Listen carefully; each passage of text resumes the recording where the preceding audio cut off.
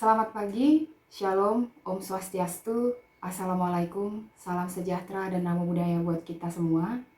Perkenalkan, saya Lola Utama Sitompul, salah satu dosen dari Prodi Pendidikan Sosiologi, Fakultas Hukum dan Ilmu Sosial, Universitas Pendidikan Ganesha. Perkenankan saya kali ini untuk menjelaskan mata kuliah yang saya ampu, yaitu mata kuliah Sosiologi Gender. Saya akan memulai dengan menjelaskan deskripsi umum mengenai mata kuliah Sosiologi Gender. Mata kuliah Sosiologi Gender merupakan mata kuliah yang ditawarkan pada mahasiswa di Prodi Pendidikan Sosiologi Universitas Pendidikan Ganesha dengan bobot 2 SKS. Mata kuliah Sosiologi Gender adalah mata kuliah yang diharapkan mampu untuk memberikan pemahaman dan membuka wacana mahasiswa melalui analisis sosial budaya untuk dapat lebih memahami tentang studi gender dan ketimpangan sosial yang menyebabkan perempuan berada dalam subordinasi, termarginalisasi, dan terdiskriminasi. Di samping itu, mata kuliah ini juga mengkaji masalah kekerasan terhadap perempuan dan anak, serta membahas tentang pentingnya pemahaman terkait dengan perbedaan jenis kelamin dan pengaruhnya dalam kehidupan sosial. Secara lebih khusus, mata kuliah ini membahas tentang berbagai bentuk dan posisi antara laki-laki dan perempuan di berbagai aspek kehidupan dalam masyarakat Indonesia yang ideal. Untuk capaian pembelajaran mata kuliah atau CPMK mata kuliah Sosiologi Gender adalah mampu mengkomunikasikan berbagai temuan sumber belajar sosiologi gender dalam lingkup kelas maupun di luar kelas. Adapun topik-topik yang akan dipelajari dalam mata kuliah Sosiologi Gender antara lain yang pertama, konsep gender, konsep seks atau jenis kelamin, proses pembentukan gender, maskulinitas dan feminitas. Topik yang kedua adalah tentang marginalisasi, subordinasi pekerjaan, stereotip pekerjaan, kekerasan, dan beban kerja. Topik yang ketiga akan membahas tentang teori struktural fungsional, teori sosial konflik, teori interaksionisme simbolik, dan teori feminisme. Topik yang keempat adalah konsep gender dalam perspektif pendidikan formal dan informal. Topik yang kelima adalah konsep gender dalam perspektif budaya. Topik yang keenam adalah konsep gender dalam perspektif pembangunan ekonomi. Topik yang ketujuh adalah konsep gender dalam perspektif politik. Topik yang kedelapan adalah konsep gender dalam perspektif hukum. Topik yang kesembilan adalah konsep gender dalam perspektif agama. Topik yang ke-10 adalah perkembangan gender pada masyarakat dewasa ini, permasalahan gender di era modernisasi dan globalisasi, serta dampak modernisasi dan globalisasi dalam perkembangan gender di masyarakat. Perkuliahan ini akan berlangsung selama 16 kali pertemuan, yakni 7 pertemuan sebelum ujian tengah semester dan 7 pertemuan sebelum ujian akhir semester. Pertemuan akan dilakukan secara luring, daring, ataupun melalui website e-learning Universitas Pendidikan Ganesha. Perkuliahan dilakukan dengan metode delivery, interaction, dan assessment. Pada awal semester, perkuliahan dilaksanakan melalui metode ceramah dan diskusi interaktif bersama mahasiswa di kelas.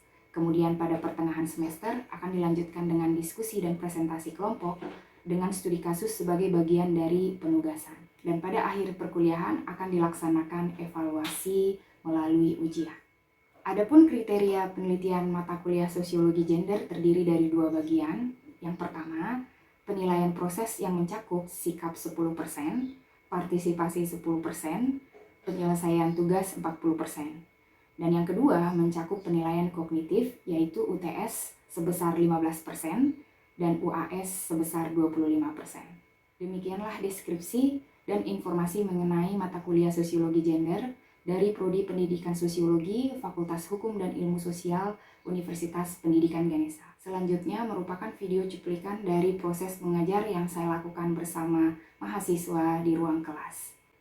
Video perkuliahan yang ditampilkan kali ini adalah mengenai topik konsep gender, konsep seks atau jenis kelamin, proses pembentukan gender, maskulinitas, dan feminitas. Pengajaran ini merupakan pengantar pada mata kuliah Sosiologi Gender dengan metode ceramah dan diskusi secara interaktif di kelas. Selamat menyaksikan. Pagi adik-adik. Pagi. Om Swastiastu. Om Swastiastu. Assalamualaikum. Shalom. Salam sejahtera, namo buddhaya untuk kita semua dan selamat Senin. Topik kita hari ini, gitu ya, seperti yang adik-adik lihat di dalam PPT kita di depan, kita akan berbicara tentang apa? Ada yang sudah pernah dengar tentang mata kuliah ini sebelumnya? Sudah. Oke. Kira-kira nanti kita akan membicarakan apa ya di sosiologi gender kalau udah pernah dengar? Feminis. Ya, itu dari Yuyun. Dari yang lain kira-kira gender itu berhubungan dengan apa ya? Maskulinitas. Yang lain? Tentang feminin, tentang menjadi maskulin, tentang peran laki-laki dan perempuan, tentang menjadi perempuan yang ideal di dalam masyarakat. Oke, tujuan kelas kita hari ini kita lihat ya. Ini topik kita konsep gender, gitu ya, konsep seks, jenis kelamin, proses pembentukan gender, maskulinitas dan feminitas itu ada tadi sudah bisa, gitu ya, melihat. Sekarang kita akan lihat tujuan perkuliahan ini sebenarnya apa, gitu. Jadi diharapkan, gitu ya, setelah perkuliahan ini adik-adik akan bisa mendefinisikan gender, seks itu apa, jenis kelamin itu apa, proses pembentukan gender itu bagaimana, serta maskulinitas dan feminitas. Oke, yang pertama sebelum kita mulai, kita akan melihat konsep-konsepnya dulu, gitu ya. Pertama, ya kita punya seks di sini. Seks itu apa ya? Jenis kelamin. Oke. Sebelum ke jenis kelamin dan yang lain-lainnya, kalian mengidentifikasi jenis kelamin kalian, gitu ya. Dilihat dari apa? Mengidentifikasi jenis kelamin. Alat reproduksi. Saya minta 2 orang ya datang, laki-laki dengan perempuan, gitu. Silakan maju ke depan. Laki-laki dan perempuan. Ya, silakan Tasya. Laki-laki. Oke. Nah, ini bermain peran dulu ya. Nah, sekarang mereka kita identifikasi sebagai yang mana laki-laki? Yang mana perempuan? Oke. Kalau melihat secara fisik nih, dari yang kelihatan saja ya, oke. Ferry itu dianggap sebagai laki-laki karena apa, adik-adik? Rambutnya pendek. Oke. Yang kedua? Dadanya bidang. Oke, yang lain? Kumisan. Oke. Postur tubuhnya bagaimana? Tegak. Oke. Nah, sekarang Tasya itu kita identifikasi jenis kelaminnya adalah sebagai perempuan. Kita melihat dia perempuan itu karena apa? Kita bisa mengatakan dia sebagai perempuan itu karena apa? Lekuk tubuh, kelihatan ya? Oke. Yang paling jelas apa? Rambutnya. Ini bisa nggak jadi patokan kita kalau rambut? Nah, kalau misalnya kita mendefinisikan laki-laki atau perempuan berdasarkan panjang atau pendeknya rambut, itu akan nggak selamanya benar, kan begitu ya? Nah, sekarang yang paling terlihat dari Tasya sebagai perempuan apa ya? Boleh. Oke. Yang kedua, kalau yang laki-laki punya kumis, yang perempuan ada nggak perempuan yang kumisan? Ada. Tapi pada umumnya, oke, pada umumnya perempuan itu tidak kumis. Dari perbedaan senyum misalnya, bisa nggak kita lihat gitu? Bisa. Kalau misalnya perbedaan senyum gitu ya, itu feminin atau maskulin, laki-laki atau perempuan? Kita melihatnya nih.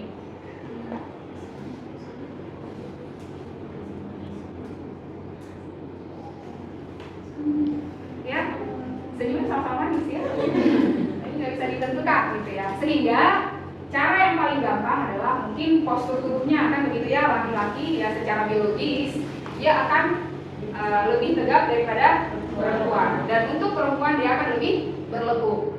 Pernah lihat laki-laki berlekuk tubuhnya? Ada nggak? Ada. Pernah lihat perempuan badannya tegap? Ada. Oke, tapi ya itu ya. Tapi yang terlihat itu adalah kalau untuk laki-laki mungkin lebih gampang diidentifikasi gitu ya. Untuk perempuan juga gampang teridentifikasi melihat dari ciri-ciri fisik. Tepuk tangan buat teman-teman kita yang lain dulu. Ya. Nah, perbedaan jenis kelamin laki-laki dengan perempuan sudah paham gitu ya. Yang pertama itu kita lihat dari ciri fisiknya. Kalau kita berbicara tentang perbedaan secara biologis, maka itu merujuk pada perbedaan jenis kelamin, oke ya, biologis. Artinya, ketika kita berbicara tentang biologis, itu adalah sesuatu yang tidak bisa kita pilih, bener ya? Fix dari awal, dikasih ketika kita lahir. Oke? Nah, yang kedua kita ada konsep gender. Kalau tadi jenis kelamin itu berdasarkan fisik, perbedaan antara laki-laki dan perempuan, kira-kira gender itu apa gitu ya? Jadi gender itu adalah perbedaan sosial akibat dari perbedaan laki-laki dan perempuan secara biologis. Bisa ya? Oke. Jadi perbedaan gender itu apa kira-kira? Maka muncullah konsep feminin. Oke. Feminin itu adalah social expectation atau ekspektasi sosial gitu ya, yang kita harapkan dari manusia yang berjenis kelamin apa? Perempuan. Oke. Maka kalau untuk maskulin apa ya? Ekspektasi sosial yang diharapkan untuk jenis kelamin laki-laki.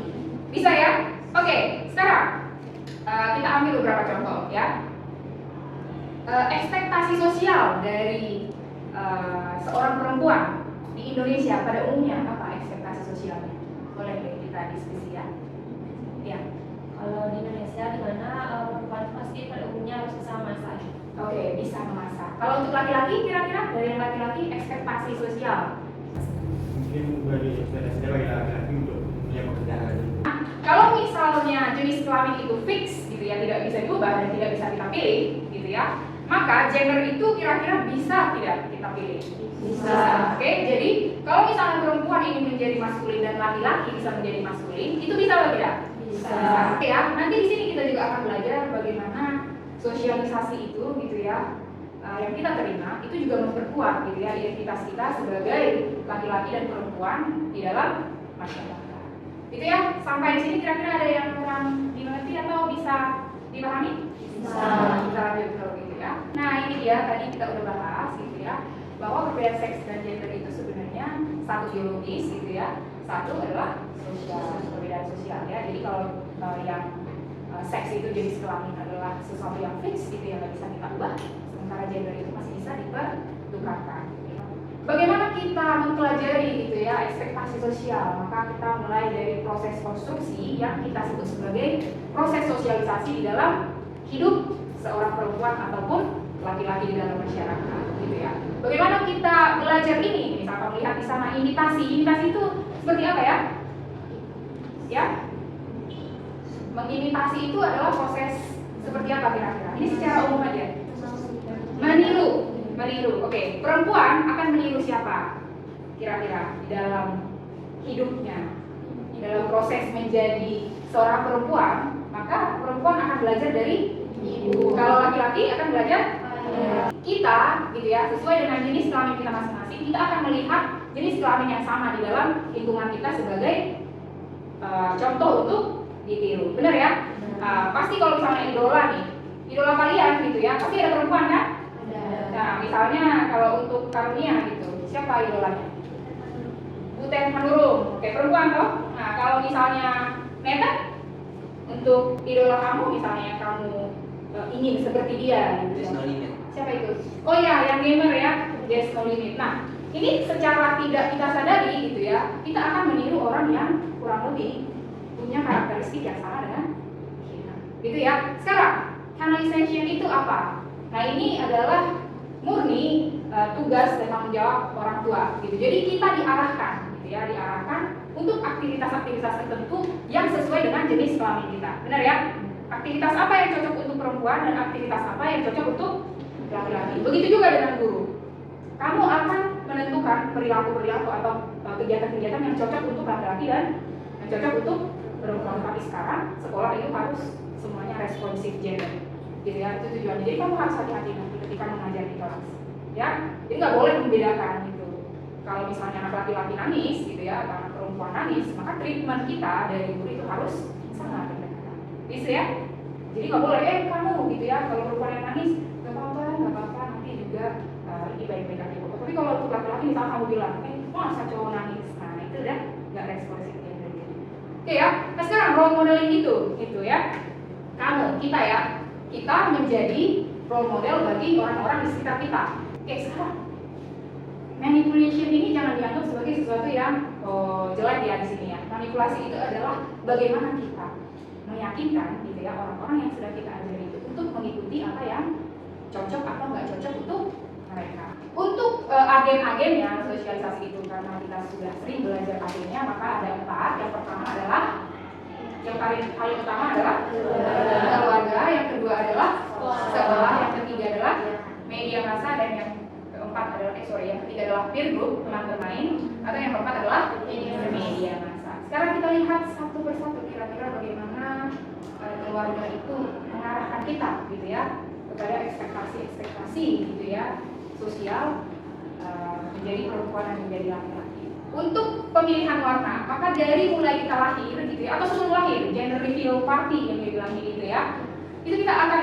bisa langsung mengidentifikasi gitu ya, apakah anaknya akan lahir itu laki-laki atau perempuan. Bahkan sebelum anak itu lahir, itu udah ditentukan gitu, gendernya, bukan jenis kelaminnya, melalui warna ya. Coba, kalau preferences ini, kalau di sana balonnya pink, itu berarti anak yang akan lahir adalah perempuan. Yang di sebelah kanan gitu ya, kalau dia balonnya biru, maka yang lahir adalah laki-laki.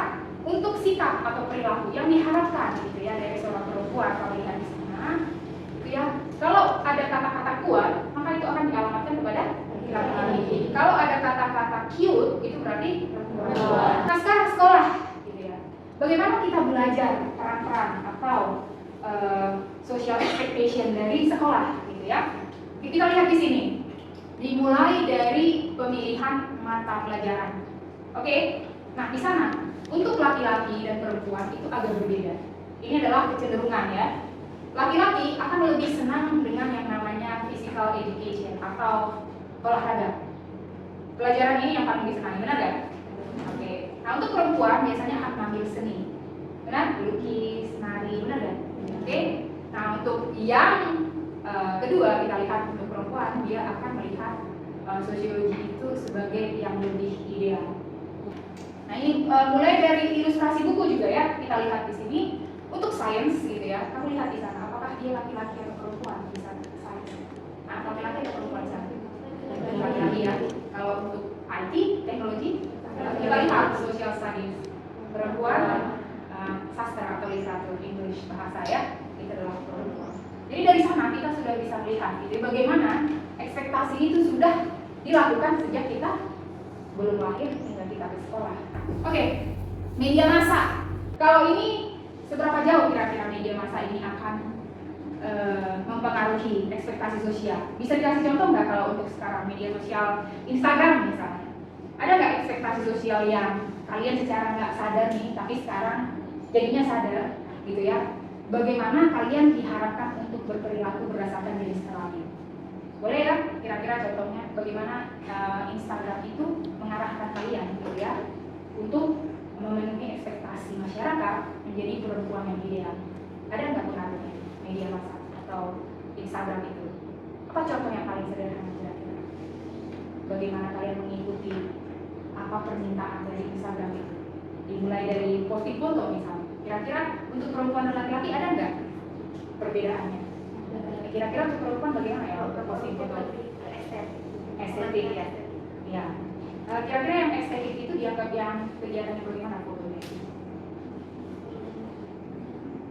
Kalau yang untuk yang perempuan itu lebih mengarah ke estetik, itu kayak warna, pemilihan warnanya, ininya. Terus misalnya untuk memposting video Instagram itu kan ada solusinya, itu gambar musik dan lain-lain, itu biasanya berbau yang kayak wanita atau menggambarkan bagaimana fotonya tersebut. Kalau laki-laki itu lebih ke masa muda sih, yang penting kayak Instagramnya ada fotonya gitu.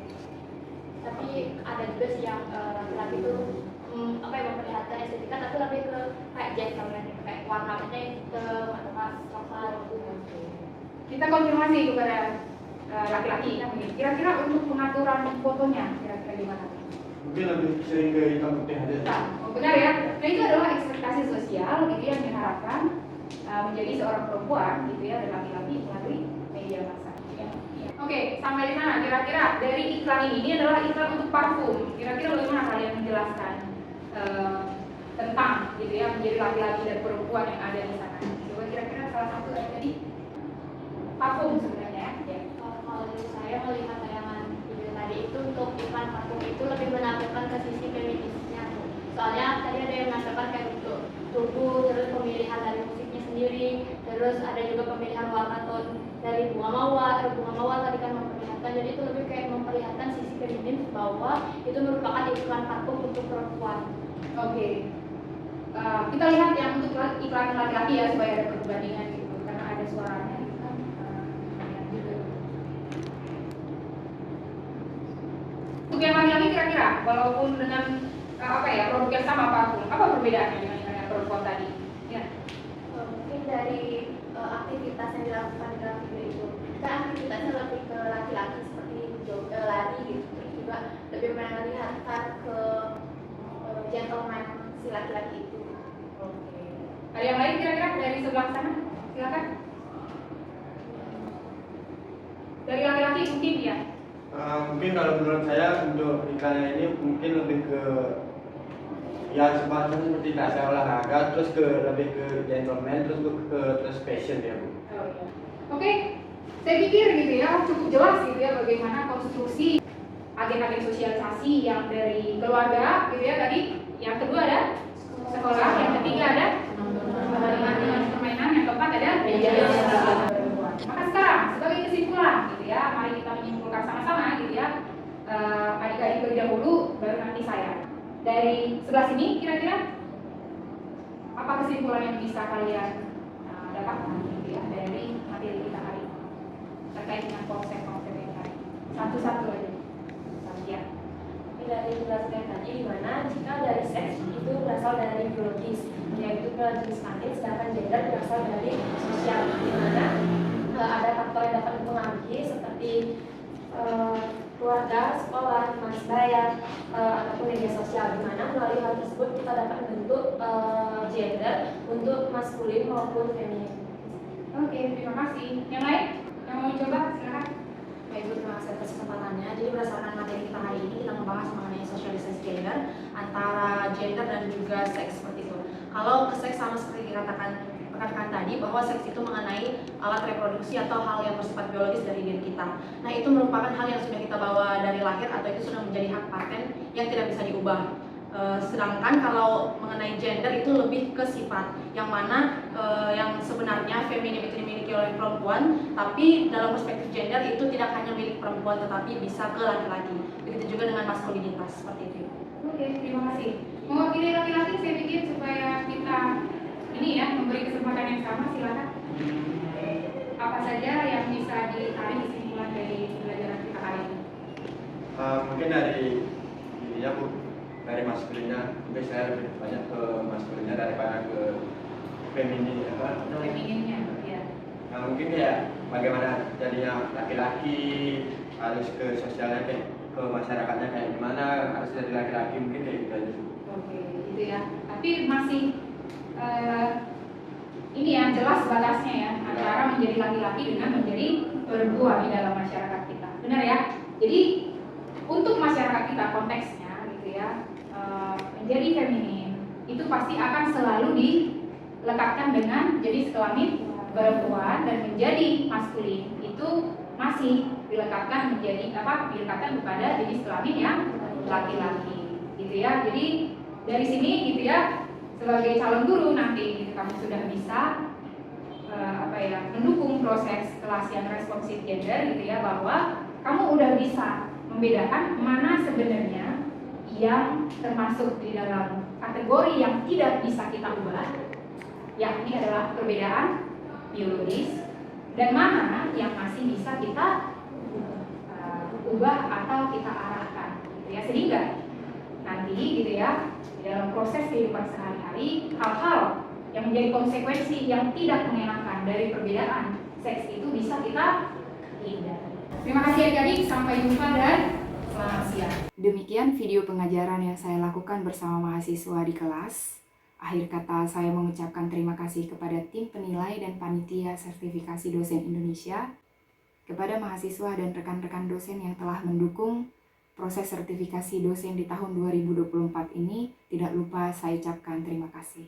Selamat pagi, Shalom, Om Swastiastu, Assalamualaikum, salam sejahtera, Namo Buddhaya, dan salam sehat untuk kita semua. Terima kasih.